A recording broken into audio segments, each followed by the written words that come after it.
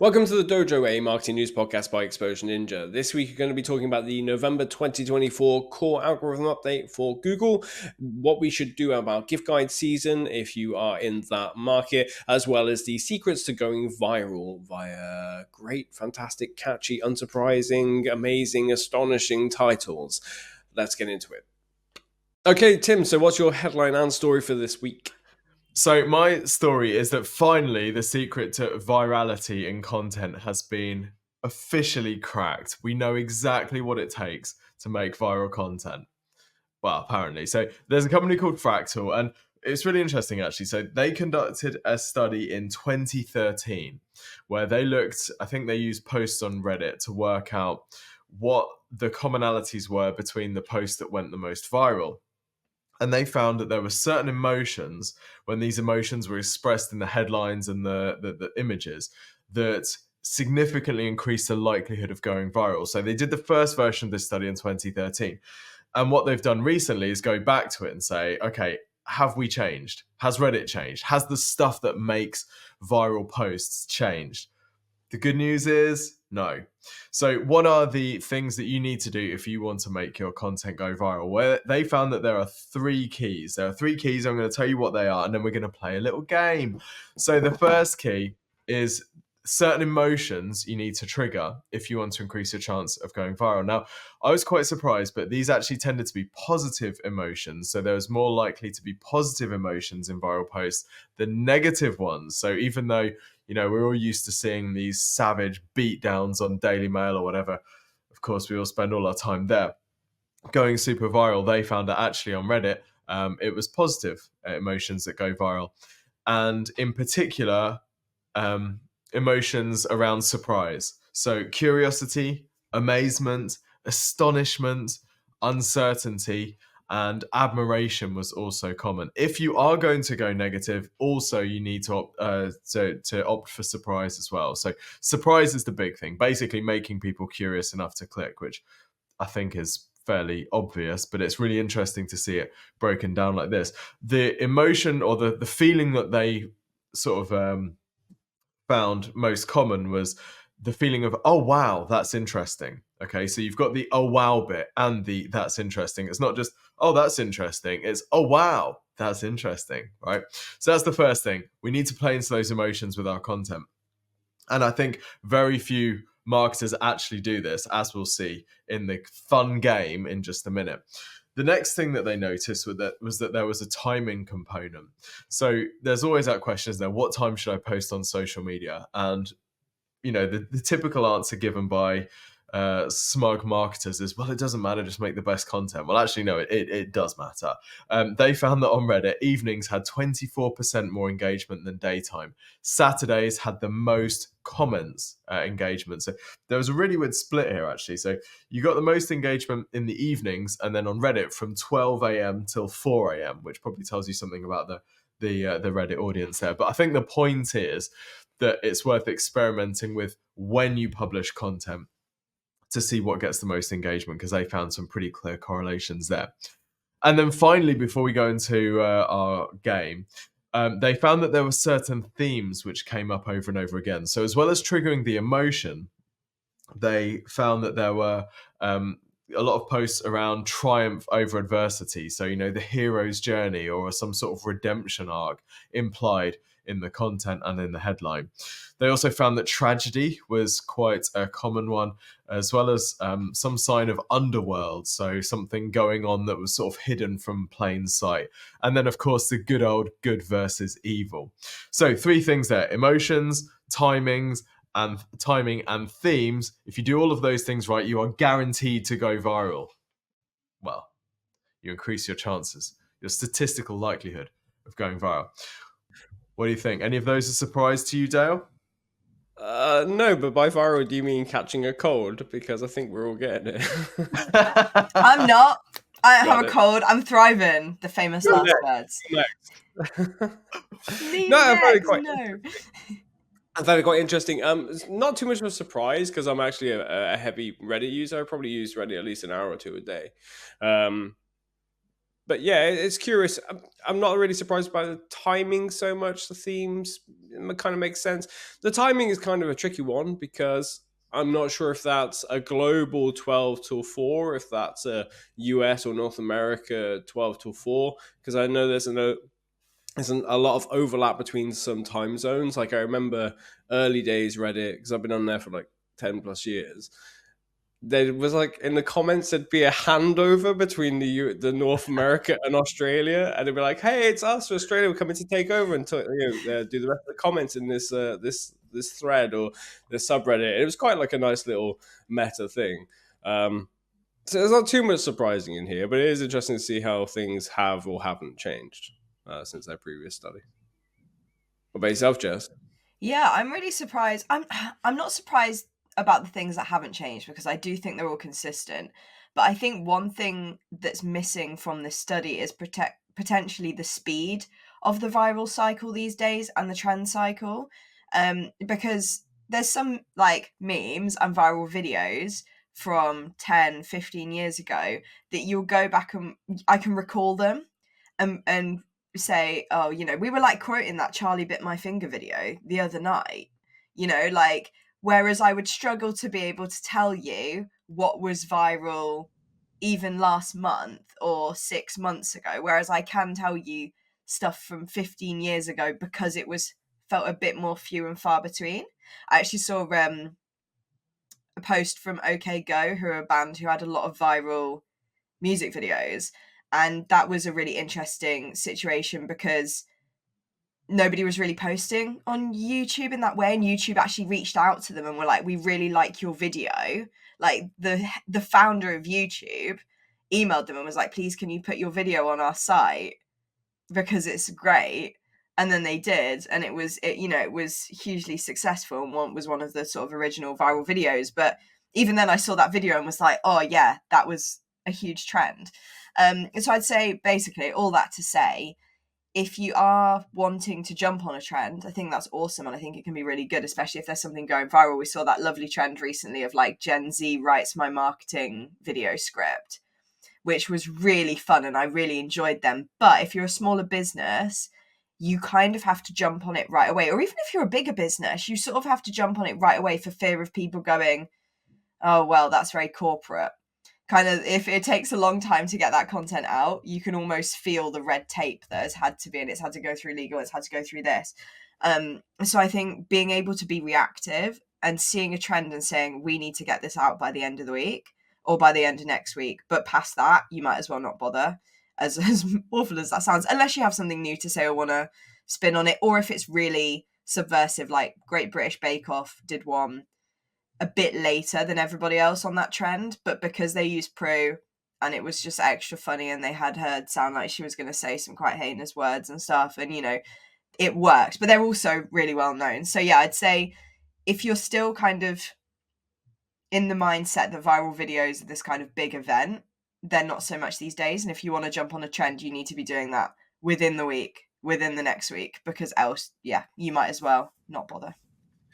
Do you think it's possible for a brand to set the trend rather than react to it? Because there is a meme of brands, Oreo, and all those companies replying to each other in Threads or X or whatever it is, saying like, "Oh, whatever I don't know what it is. Yeah, my favorite color is red too." Ooh, but that's a little bit of fun. It's become a bit of a meme. Do you think it's possible for these brands to kickstart one, or do you think that's dangerous territory? No, they absolutely can. We saw it with that Gen Z trend. I think it was a hotel that originally did it, and then a lot of bigger brands picked it up from there. But we've also spoken about ClickUp in the videos recently. I'm not sure if we've spoken about them on the podcast, but they, even though they're like essentially a B2B SaaS brand, they have a lot of success on TikTok, sort of memeing the workplace. And this was a risk though. This felt very high risk, high reward, but they have 2 characters who are called HR, and they basically just show them doing these completely unrealistic things, like doing a HR meeting where they're like rapping and they have music blasting.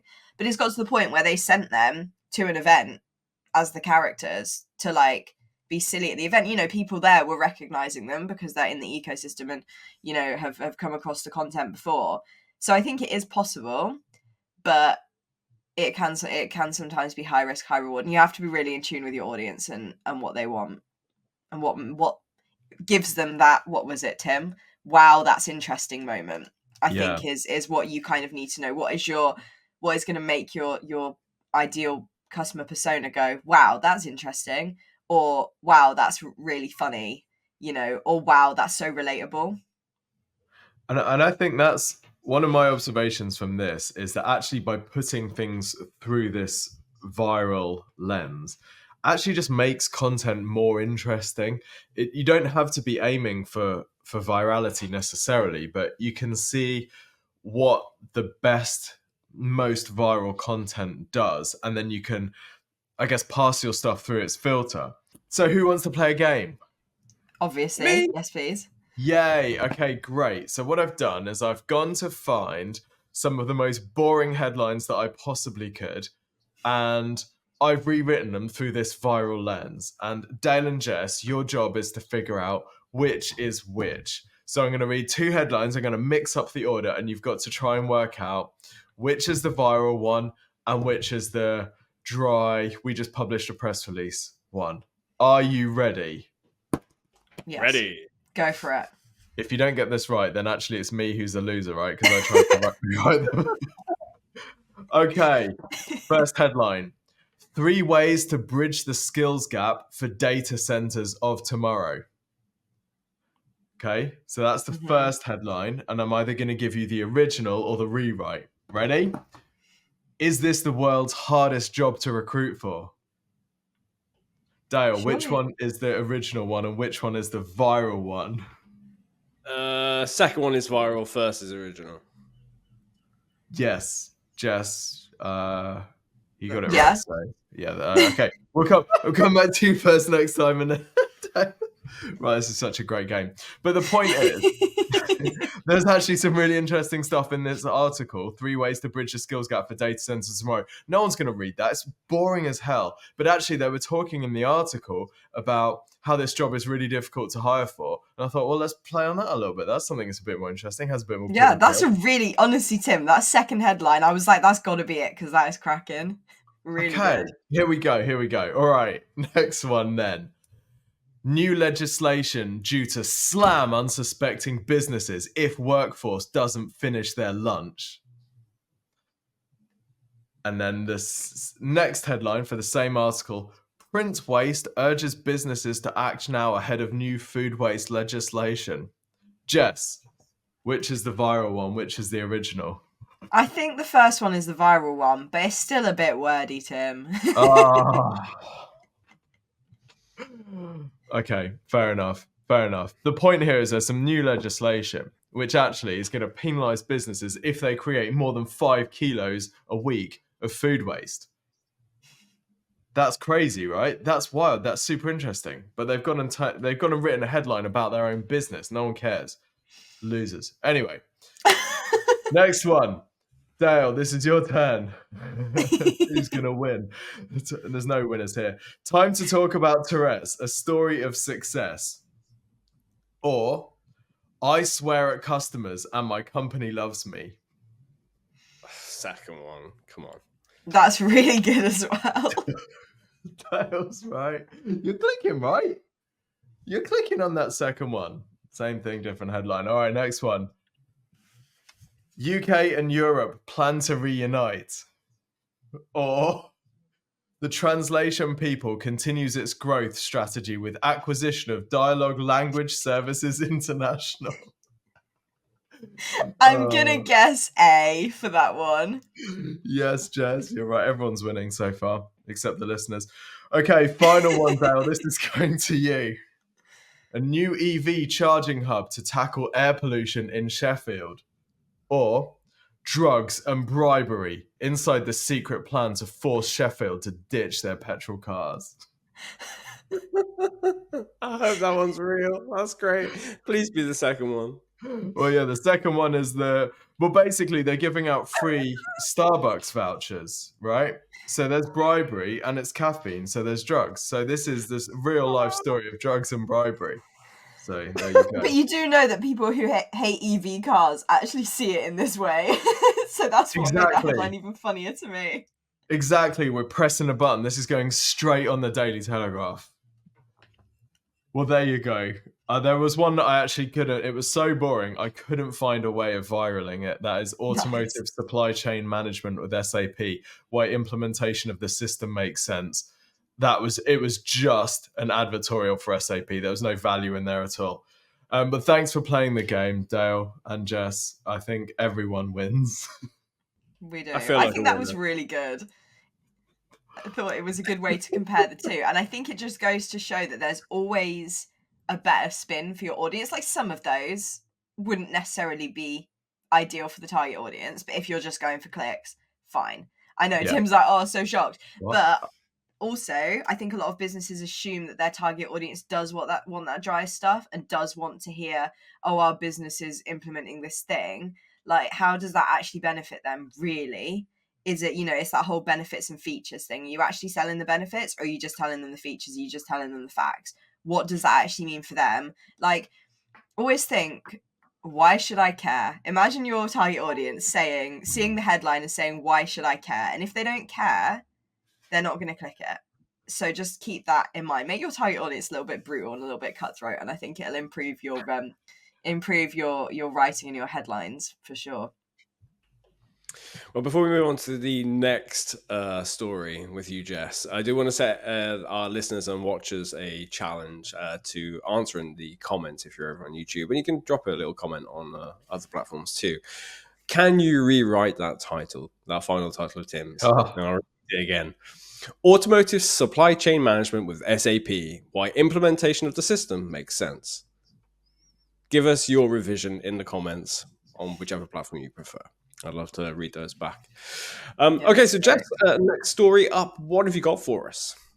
Cool. So what I wanted to talk about today is that it's gift guide season, basically.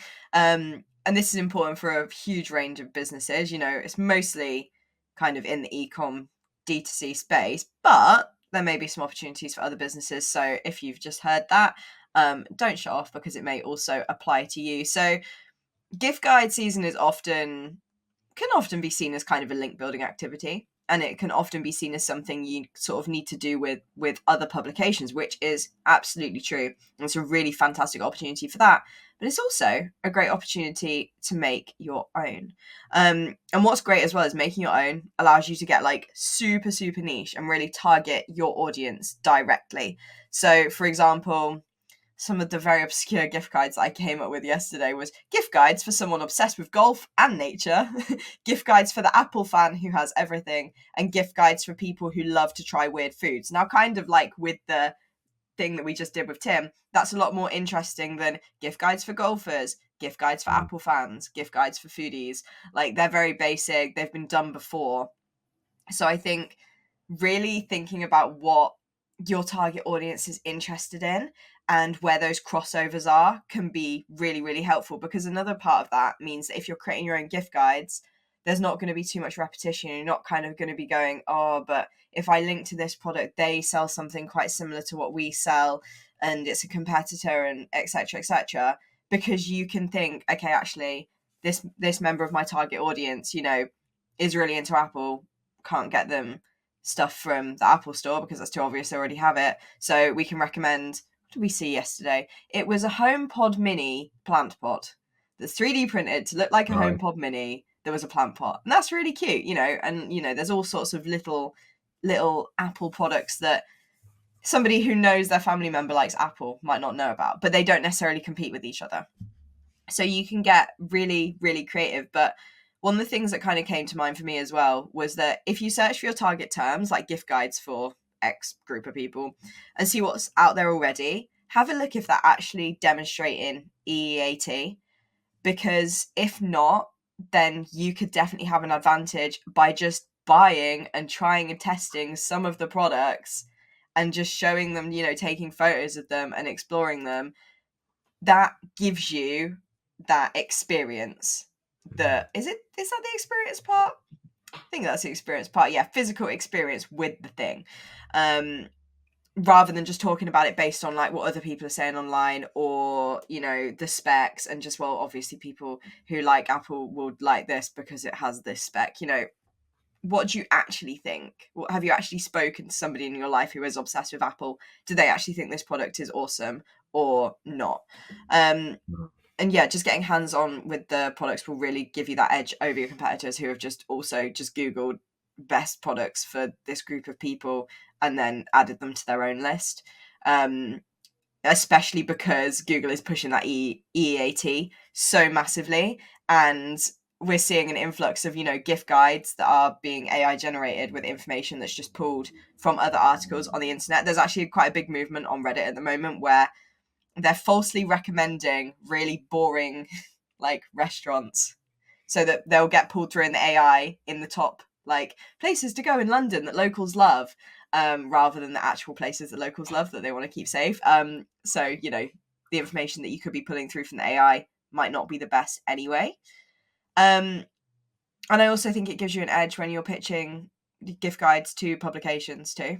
If you're offering something different that's really unique to your target audience and their target audience, and you found a way to get your product to fit in with them, I think that's going to be a lot more appealing than what the majority are doing, which is not as tailored. Dale, Tim, do you have any thoughts and opinions on this? I do. I'm going to go back to one of them in just a second, but I did. It did remind me of something I was watching last night. So I was watching a webinar it was a recording from HubSpot's Inbound conference, which was about a month or two ago, and somebody was talking about the future of SEO there, and the impact of AI overviews, search everywhere, and that kind of stuff. And one of the key points they were making, which I think it matches with what we're saying too, is how the personality kind of stuff has to come through, showing your expertise that you're qualified to talk about it, and that might be through video content, that might be through podcasts such as ours, or it might be through data that you own, first party data, and so on. I like the reposition they did of some of the content. Like, if you can accept that Google is likely to take all of that top of funnel informational content and just put it in the AI overviews, and you're not going to get that anymore. You're only going to get like the middle and bottom of funnel.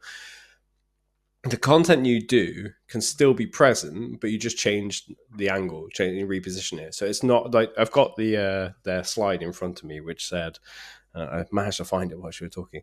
The original article would have been, my thing's turning around. Go away. Cashback bargains for parents.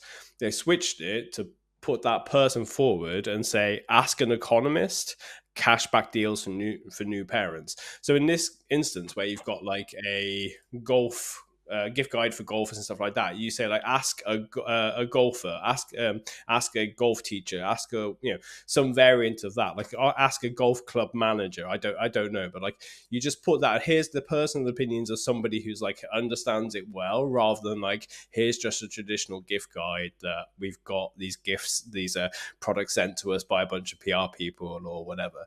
And what additional personality twist or expertise twist can you add to it, even initially starting from the title, which kind of works, with Tim's point about the right kind of title can pull in people if it's rewritten in the right way. So that was my first point. But my second thing was about, there's some internal conversation at the moment, and broader as well, about the e-commerce category page now longer not being your property. Like the category page is a Google thing. Like, people are not shopping around your category pages, they're going to do it in Google. Therefore, you only have products really as an access point for traffic. And I wonder, Tim, if you had any thoughts about that. Yeah, I mean, it ties in with gift cards, gift guides.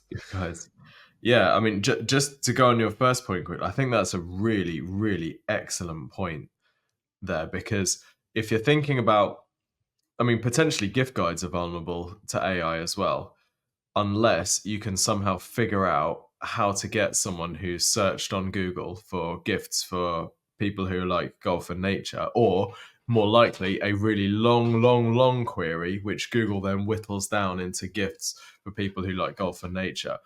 Google's going to give them a bunch of suggested gifts. So then the question becomes, how do you get firstly your product recommended in that list? And then secondly, how do you get someone onto your website? And exactly what you just said, Dale, about having, ask a golfer who's into nature, what are the best gifts you've ever received? All of a sudden, that is something that you'd want to click. because it's sufficiently different to the answer that the AI is going to give. Ask an economist what are the best and like that. What an amazing headline that is to get someone onto the website, whereas previously they would have just looked at the AI answer. So I think that's really, really smart. As to the product category page, I think, you're a big advocate, Dale, about the importance of branding. And if you get someone onto your site because they like your brand, then absolutely those product category pages are in play. If you get someone onto the site because they've just Googled a product and they have absolutely no relationship with your store, they don't really know whether they're shopping on your store or someone else's store, then I think those types of searches, the category page is a bit more vulnerable. I think it's going to be here for a little while, but I think the point is exactly right, where shopping listings are making their way, even organically, into the search results. They're going to be into every AI tool at some point. And then it's a question of how important are your product images, how important are your product titles to make people click through to yours, because you no longer control the environment that they are seeing your product in. And it all just becomes a bit more competitive, really. So it's super interesting time. And I think all of us are going to have to think about click-through rate in a way that we've never thought about click-through rate before, both on our content and potentially products as well. Yeah. Another thought on that you've just inspired is you've got big e-commerce like Sephora, which are selling fragrances and beauty products and stuff like that. They're gonna potentially lose a lot of their top of funnel traffic to these shopping category pages, Google shopping category pages, whatever we want to call them. But they're going to rely upon their brand, their brand equity and brand awareness and all that brand sentiment that they've built up so far to retain like that traffic coming through to the website because people feel great about it. I think another company that does this well is they've been super clear about their positioning and brand is Lush. So I was searching for a product the other day and the Lush website came up.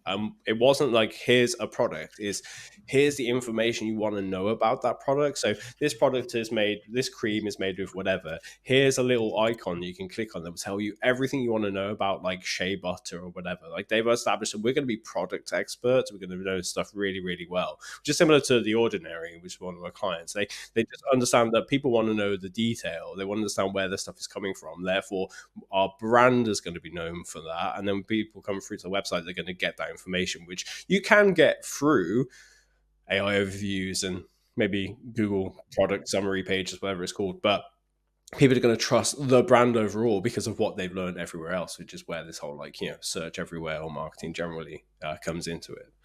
Jess, how are you feeling about the switch in terms of like Google shopping pages, Google category pages and stuff? Yeah, I think that's really interesting because I can definitely see the argument, not necessarily for and against, but situations where both are really appealing. I think if you know exactly what you want, you're likely to stick on the Google shopping page. Like I was looking for like a specific advent calendar yesterday, and the Google shopping page gave me the opportunity to just like scroll through and find the best deal or find different options or see, oh, this one will be delivered next week, this one will be delivered, a different date.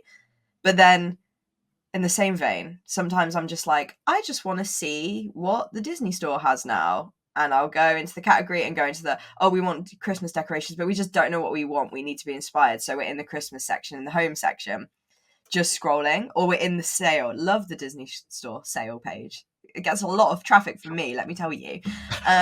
So I think there definitely is like an argument, not an argument for and against, but there's definitely a use case for both at different stages of the customer journey, but also different types of customers, because there will be people who are like, oh, my kid is super into Frozen, I want to get them an Elsa toy for Christmas, so they're just going to type in Elsa doll. Now they're on the Disney, now they're buying that, they're on the product page on the Disney store. But then there'll be people who are like, I want to browse the Frozen section to see if I get inspired. So I think, just having that awareness, but also not being too reliant on your category pages if they've been really helpful to you before. Never be complacent at the moment. You can't sleep at all on how your customer journey works or how people are interacting with search, because it's changing. I think even Dale, I think you shared like a quick update of they're doing links, clickable links or something in the AI overviews. It's fairly early for us today, so I might have misread that, but it's changing like literally day by day.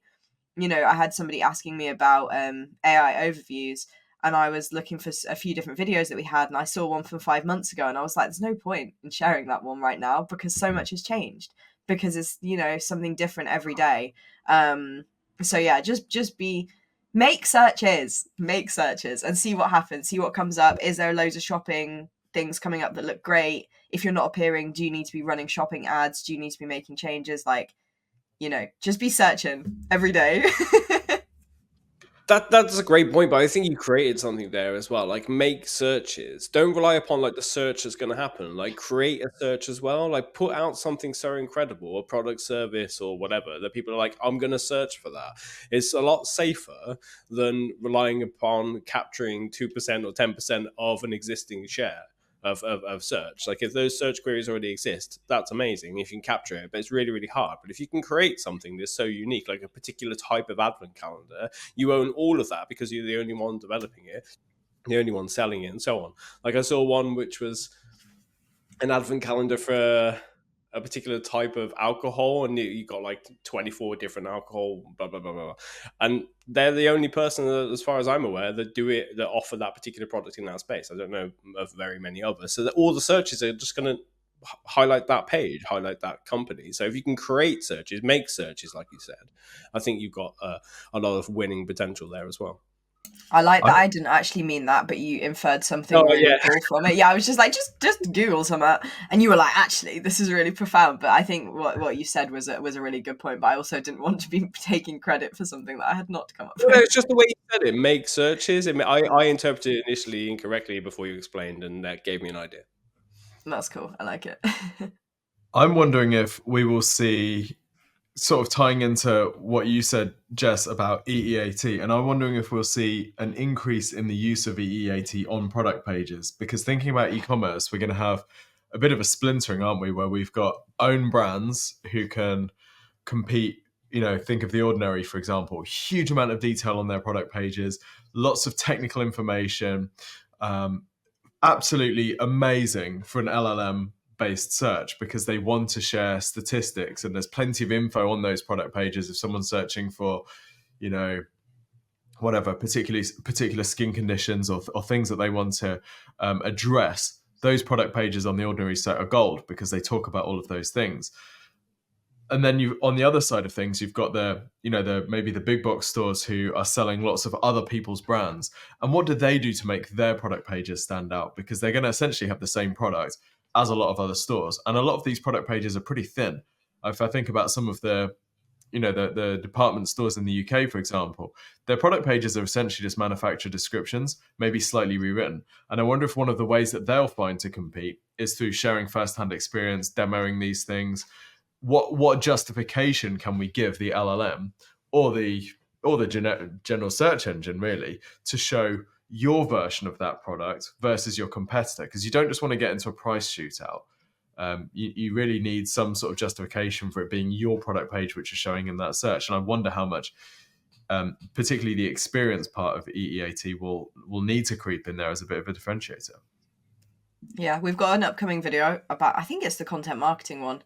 We have an upcoming video that does include some stuff about, like, I think we talk about Free Soul and how on their homepage, for instance, they demonstrate EEAT through things like, you know, having like a doctor who sort of formulated the product and having, you know, reviews front and center. Like, it might not be as complicated as it sounds like it's going to be. It is just demonstrating that, you know, you are like, you're trustworthy because you have a bunch of reviews. You know, you have the experience because you've physically tried these products yourself. You've got the expertise because you've got somebody really high level, you know, who's an expert working for the company, and you've got authority because you've been featured in all these different publications. Like, there's a lot of different ways to kind of build that EEAT on every page of your website. And I completely agree, Tim. I think it's going to be really, really important in different types of content that you wouldn't have thought. Like, you know, I don't think that many people are saying you need to include EEAT in a gift guide. Maybe they are. Maybe I just think I'm smart.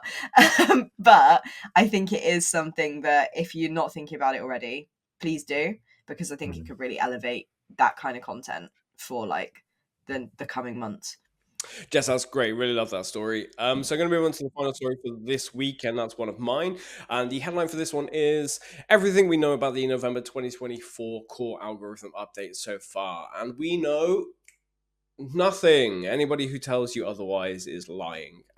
It takes about 2 weeks for these algorithm updates to fully roll out across all of the data centers around the world.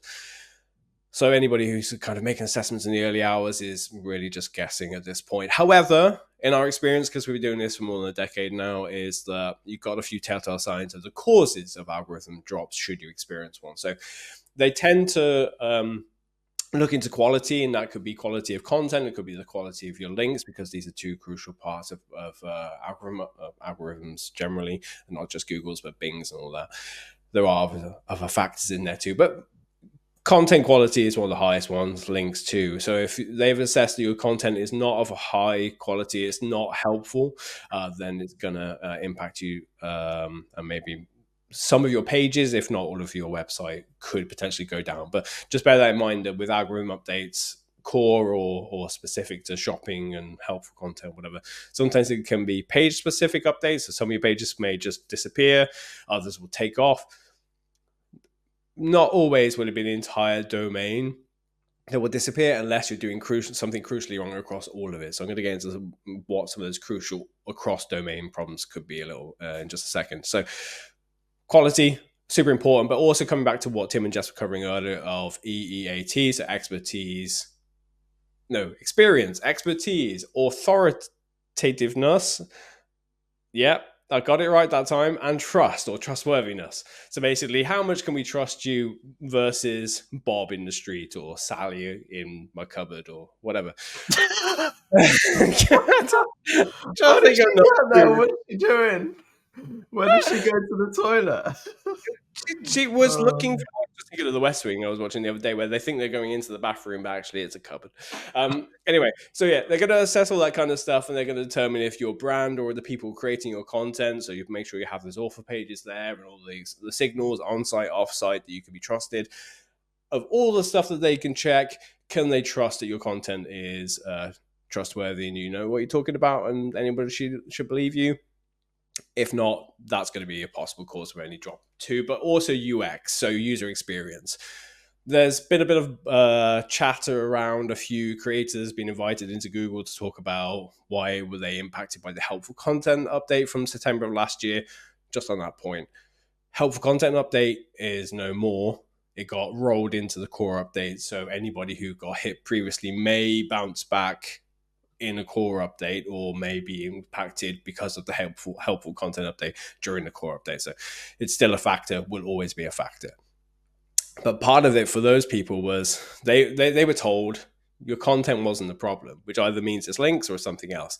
Having checked a few of those websites, it was UX by a mile. Like, it was just ads upon ads upon ads. It was awful to try and navigate through. And this is the same for any website that could go down the ranking, where you think your content is strong, where you think your links are good, your brand is well regarded. If your website is awful to go through, like mobile, desktop, tablet, TV screen, I don't know, however people are using the internet nowadays. I had a thing like on their Furby or something. Anyway, unhinged.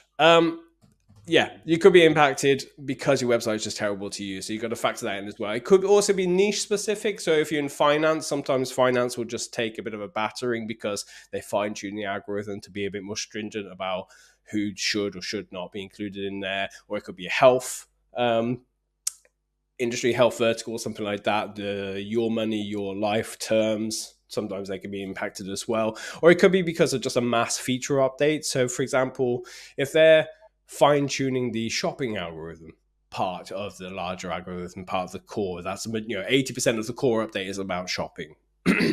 You might be impacted but because of that as well, or because of the rollout of AI overviews more broader, could be that too. So you could be impacted by any one of those things. But the main kind of thing I would suggest is don't panic. It's very, very easy to go, oh my God, like I've checked my algorithm tracking tool like SEMrush or SE Ranking or Moz or whatever you're using, and my rankings have gone down. I've seen it time and time again. People are panicking, then a week later, Google does corrections, or 2 weeks later, they do corrections, and you go back up. So, immediate term, don't panic. But I have 3 things to suggest to you, the 3 A's. So that's audit, assess, and action. So first, audit everything. Just check that you've not accidentally told Google to not index your website or just stopped it being able to be crawled. And then just assess everything. So you make a record of all the things you're supposed to check, and then just assess all the information. Based on this, do I think my website should be tumbling down the rankings as they are? If there's enough things are saying yes, then you've got some work to do. And then that's the third A, the action. Just go ahead and start making improvements. If you're not really sure, there are a couple of ninjas I can recommend that you come and speak to about why your website might be going down the rankings. And you can go to exposureninja.com/review to request a free website marketing review. If you are eligible, we will help you as best we can and show exactly the kind of things that you can correct and improve upon to get the best out of your marketing, your website as well.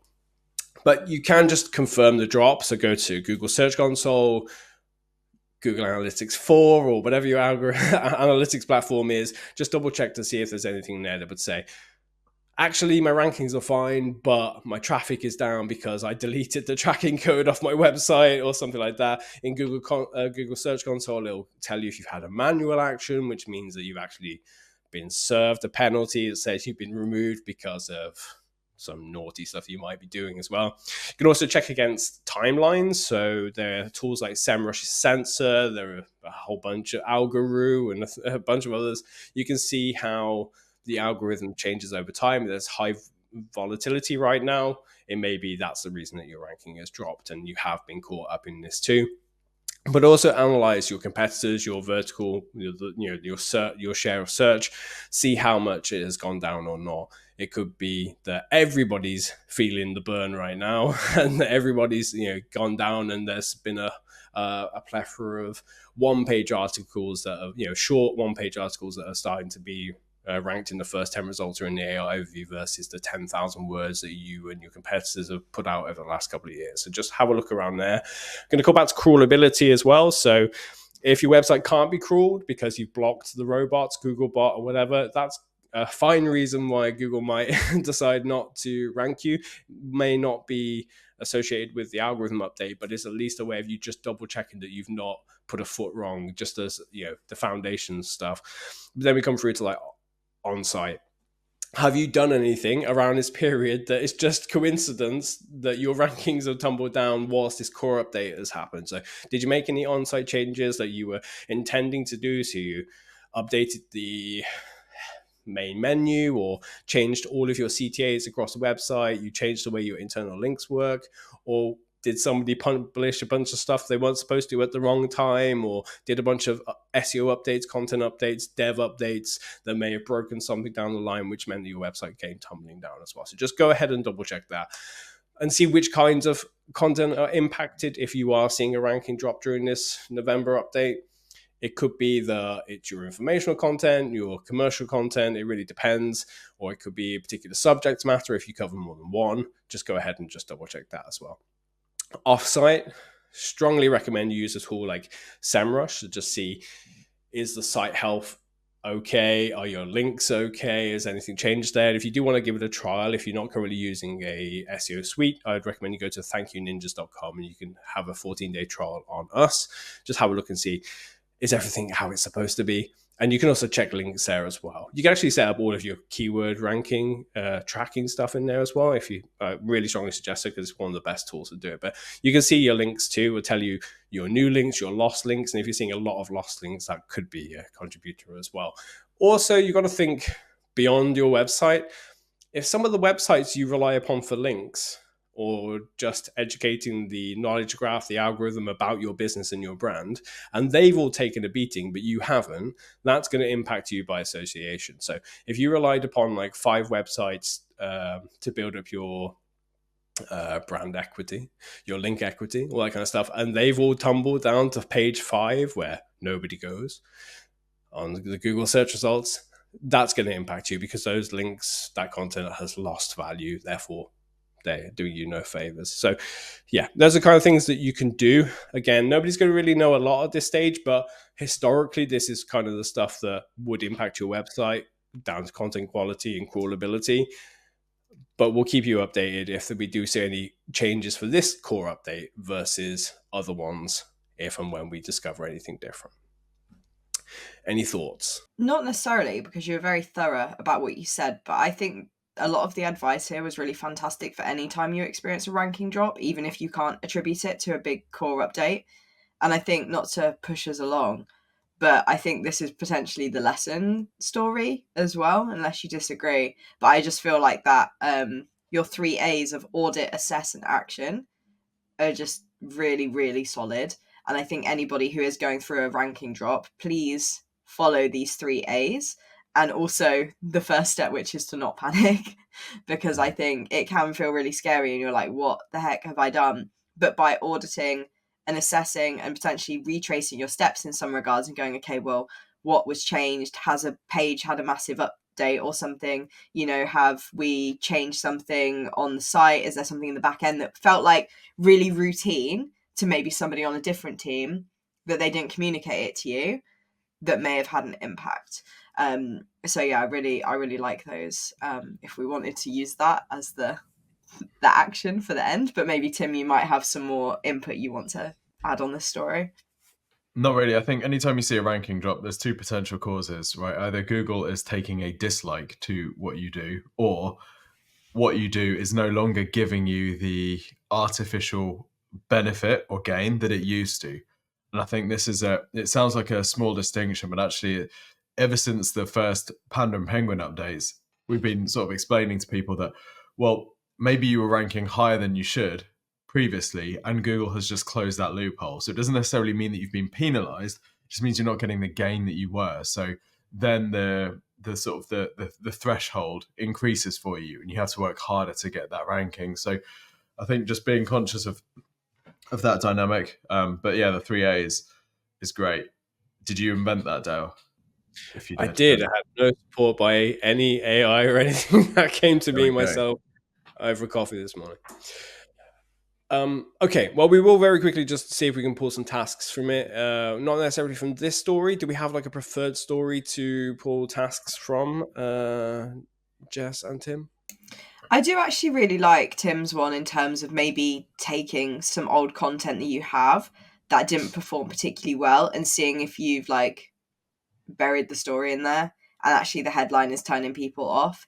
Maybe, you know, test some more viral-esque headlines that will create that, oh wow, that's really interesting, I need to read that, in your audience's mind, not the mind of the whole world, specifically your audience, but really, really be honest with yourself about whether the title that you're using will appeal to your target audience, or does it just appeal to maybe bigging up your business and saying, oh, we did this thing. What does that mean for your audience? Why do they care? Go through any of your important press releases or any of these, look at the headline and ask yourself, why would my audience care? And what about this makes them say, oh wow, that's really interesting? Yeah, I love that. I think you've previously recommended we do the same for, you know, the video content that we produce over on YouTube. Like, you can have a title for the initial period, you know, for people who are browsing, for people who are just getting the video suggested, and then switch it later on. Like, I just did that just yesterday, I think. Switched one of our old videos to have like a search title versus the kind of shocking, you know, enticing title that was supposed to catch you in the first place. Tim, and which tasks can business owners take from your story? I was actually going to go to Jess's story. It's a bit of a circle of love here. I thought putting some time and energy into gift guides, I don't think many businesses do this.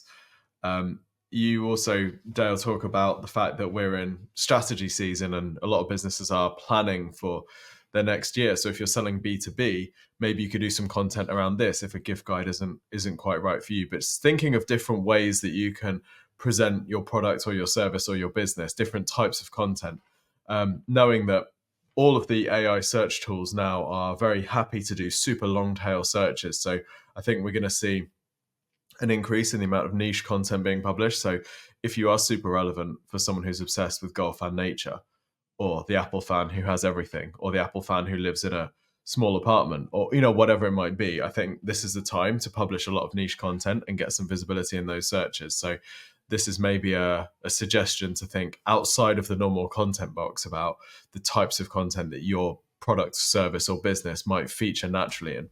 That's great. Well, if you've enjoyed this week's podcast, you can listen to more over at exposureninja.com/podcast. If you have anything you'd like to share with us, you can email us at podcast@exposureninja.com. And if you can leave a review or just a comment underneath this video, if you're watching on YouTube or on your favorite podcast platform, that would be amazing. We'd love to know what you think and feel about the dojo and how it helps you or not, and how we can improve it going on long term. Otherwise, that's it for this week. We'll speak to you all next week. Take care and bye-bye. Bye-bye!